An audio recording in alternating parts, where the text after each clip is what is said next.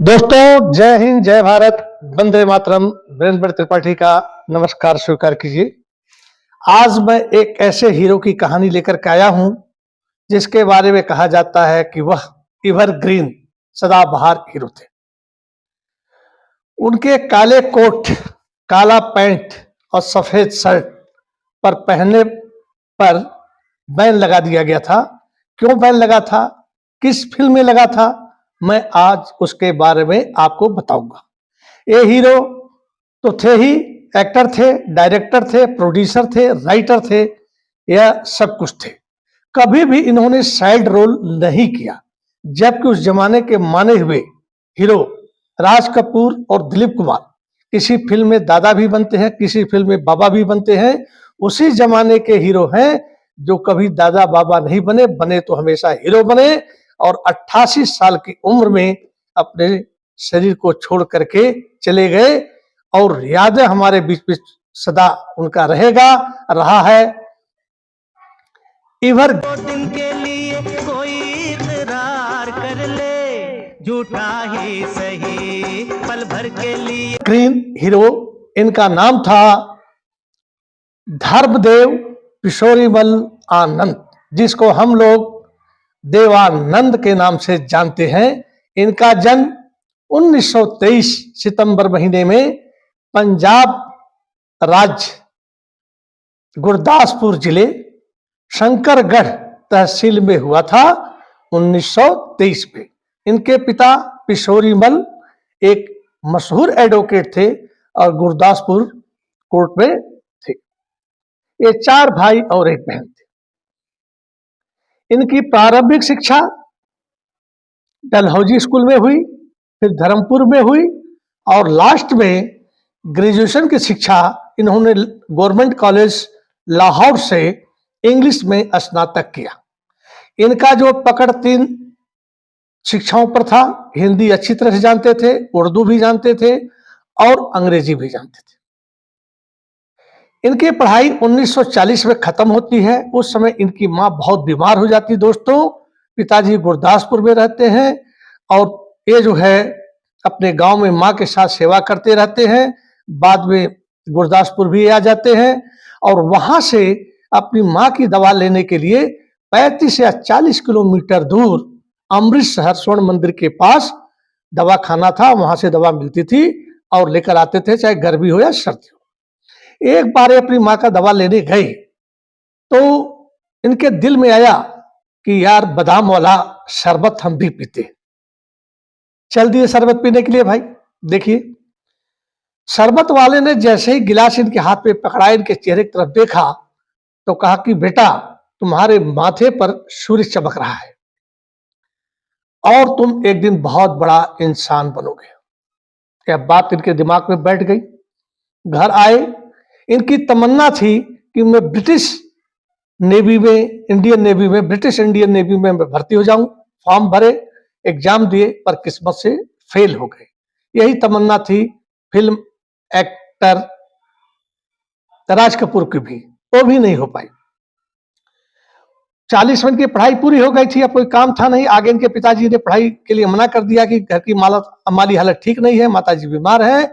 और जब इनकी माताजी का देहांत हुआ, ये शमशान घाट पर गए, बहुत रोए, बहुत रोए, अब बहुत टूट गए, दिल में उदास हो गए।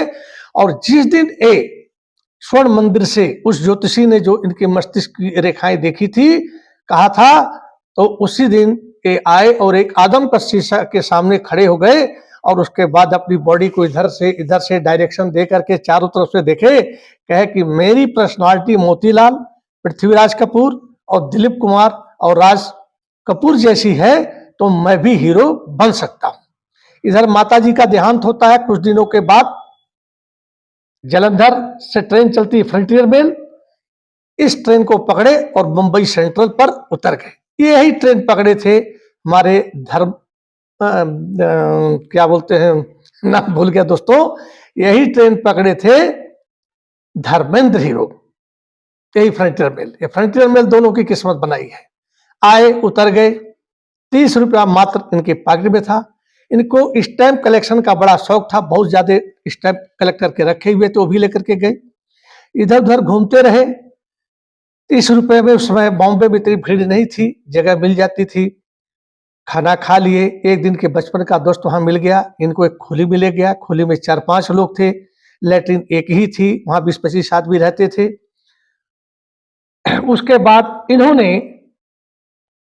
56 रुपए में 56 रुपए में एक इन्होंने आर्मड फोर्सेस पोस्टल डिपार्टमेंट में नौकरी इनको मिल गई 56 रुपए पर मंथ में।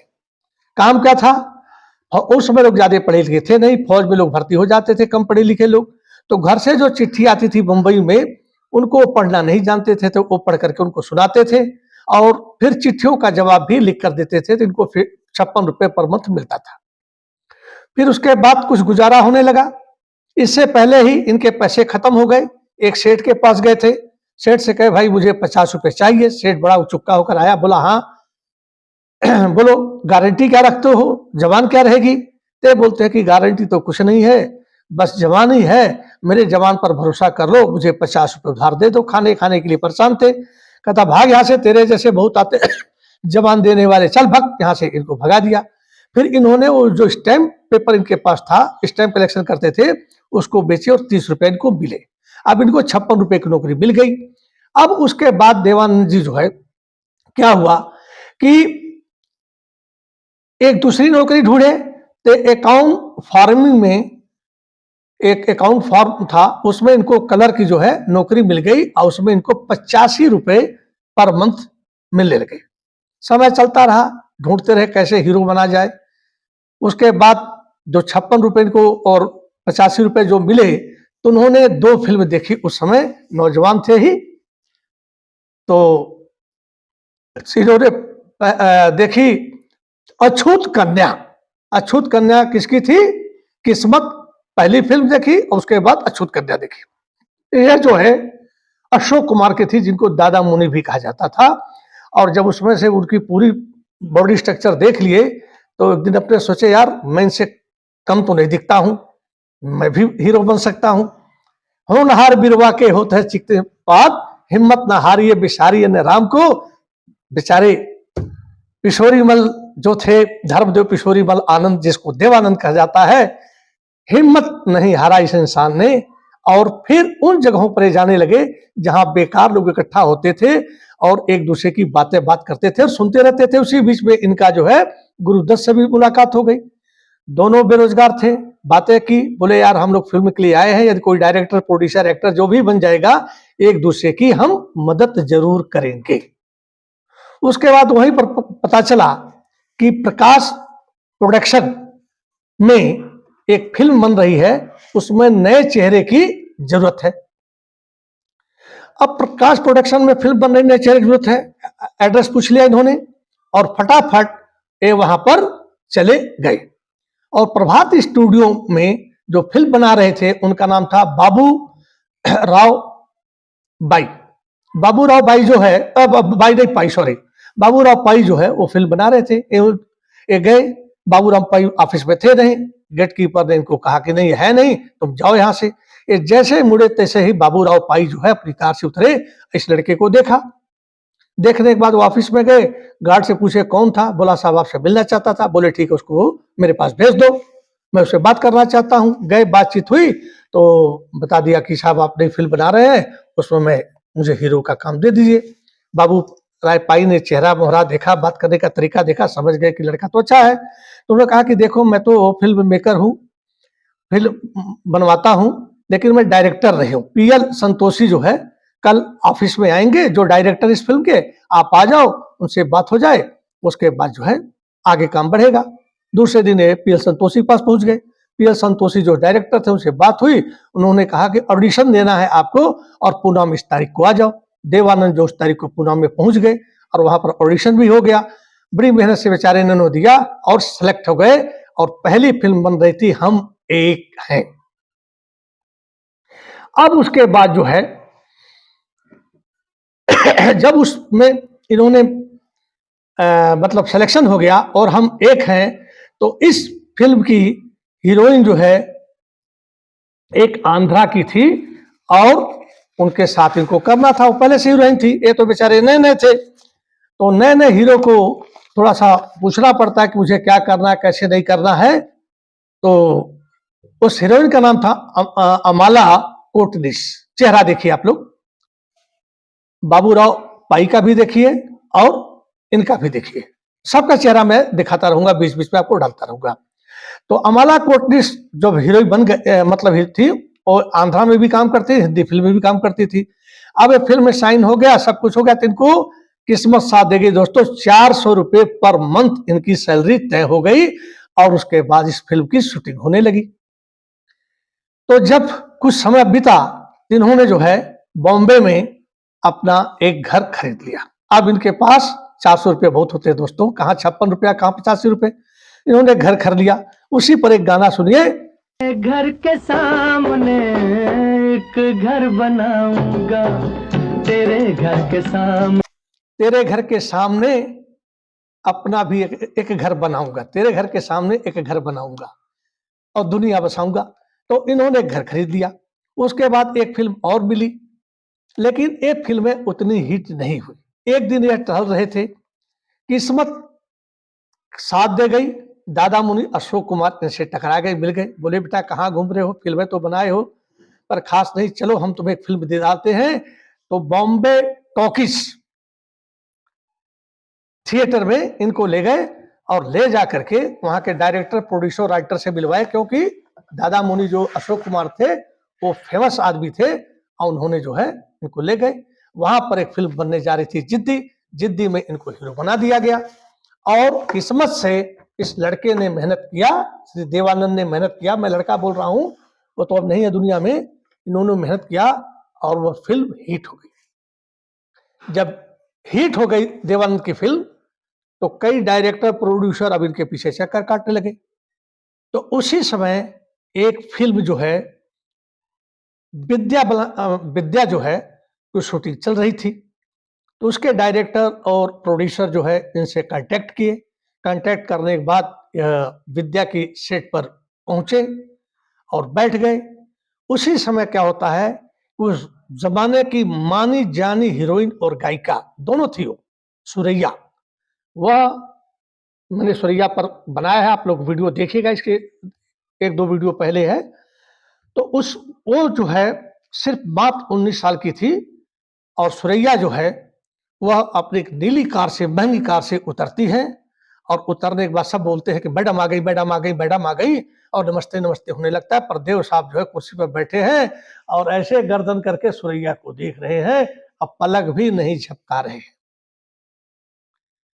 सुरैया ने इनको देखा, इन्होंने उसको देखा। अब आपको बता दूं, थोड़ा वीडियो लंबा हो जाता है तो आप लोग बुरा न मानिएगा, कहानी सुनिए, फोटो दिखाता रहा हूं। जो भगवान बुद्ध है, रामचंद्र जी है, कृष्ण जी है, दुर्गा माता है, उनके सर के पीछे एक लाइट जैसा प्रकाश रहता है, जिसको ओरा बोलते हैं।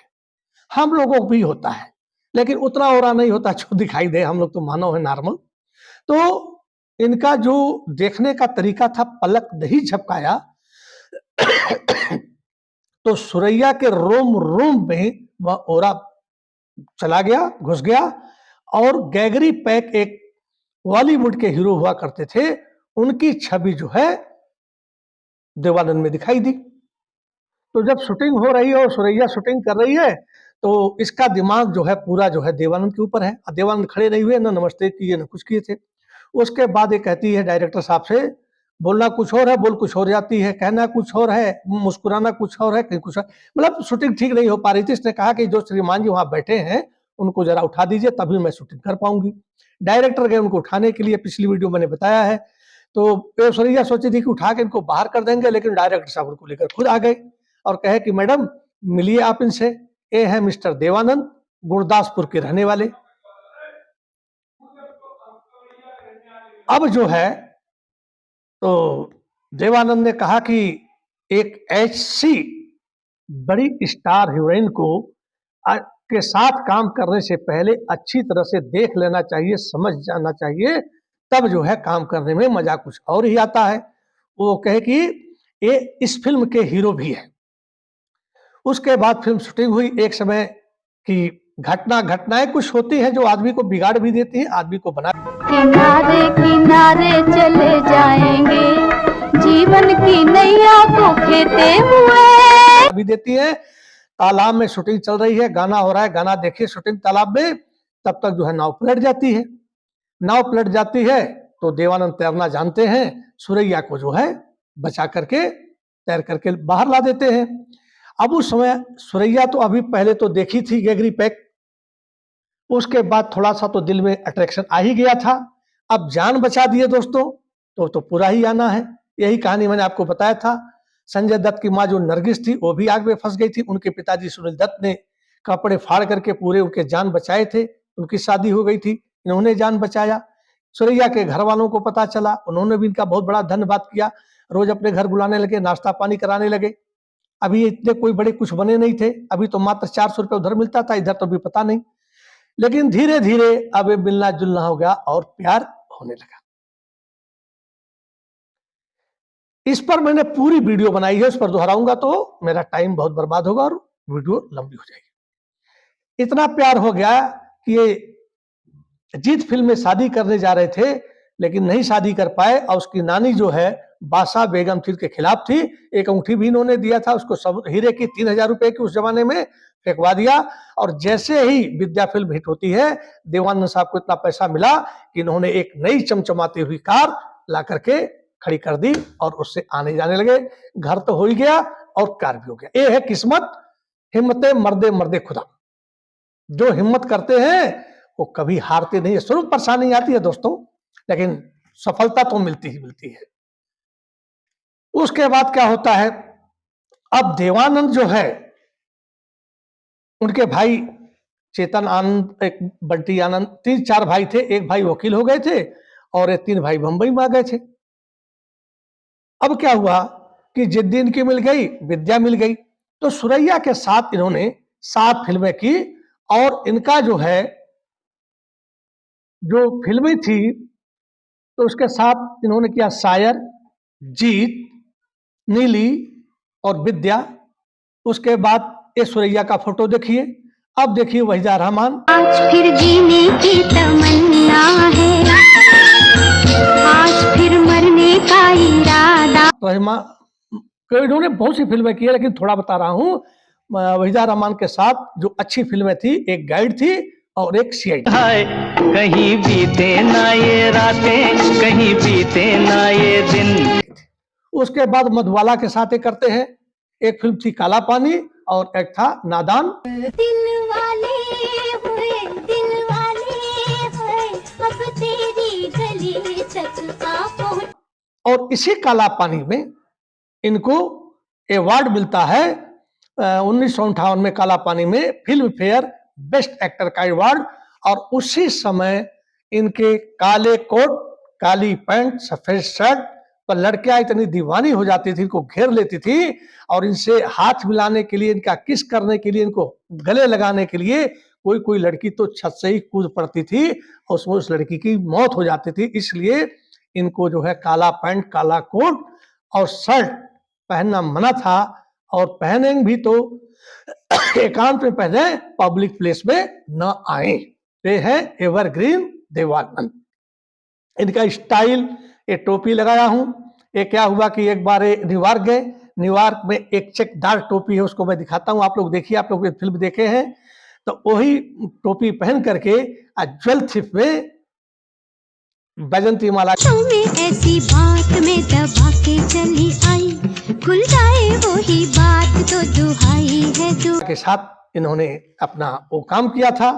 तो उसके बाद जो है नूतन के साथ एक फिल्म बनाई तेरे घर के सामने। घर के सामने एक घर बनाऊंगा, तेरे घर के सामने। जो अभी गाना डाल रहा हूं मैं। उसके बाद घर का बनाना कोई आसान काम नहीं, दुनिया बसाना कोई। अब कल्पना कार्तिक के टैक्सी ड्राइवर और हाउस नंबर 44, जीनत कमान के साथ हरे रामा हरे कृष्णा और हीरा पन्ना, बैजंती माला के साथ ज्वेल थिफ और अमरदीप। और हेमा मालिनी के बारे में आप लोग जानते हैं, उनकी पहली हेमा मालिनी की पहली फिल्म ही पल भर के लिए कोई हमें प्यार कर ले, झूठा ही सही। देवानंद के साथ थी जॉनी मेरा नाम। इसका भी गाना सुनिए आप लोग। और उसके बाद जो है हेमा मालिनी के साथ अमीर गरीब भी बनाए थे और भी पिक्चर बनाई। हेमा मालिनी की बहुत बड़ाई करती थी, कहती थी एक सुपरस्टार के साथ मैं तो अभी भी न्यू कमर थी, मतलब पहली ज्वाइन किया था, लेकिन उन्हें ऐसे ढाढ़स बढ़ाया कि उनको प्रॉब्लम नहीं हुआ कि आप बहुत ही कम जानकार है फिल्मी दुनिया के बारे में, तो इन्होंने किया। इन्होंने ही कई लोगों का फिल्म में मदद किया। शत्रुघ्न सिन्हा को पहले फिल्म में ही लाए, जैकी श्रॉफ को ही लाए, टीना मुनीब देश परदेश फिल्म में ले आए, जीनत अमान को हरे रामा हरे कृष्णा में इनको लिया था। और उसके बाद एक बलराज साहनी, इन सबों का फोटो देखते रहिए। बलराज साहनी जब बेकार हो गए, कोई नहीं पूछ रहा था, तो स्क्रिप्ट राइटर जो है उनको बनाए और बलराज साहनी से अपनी फिल्म की कहानी लिखवाई। इन्होंने 131 फिल्में आज फिर जीने की तमन्ना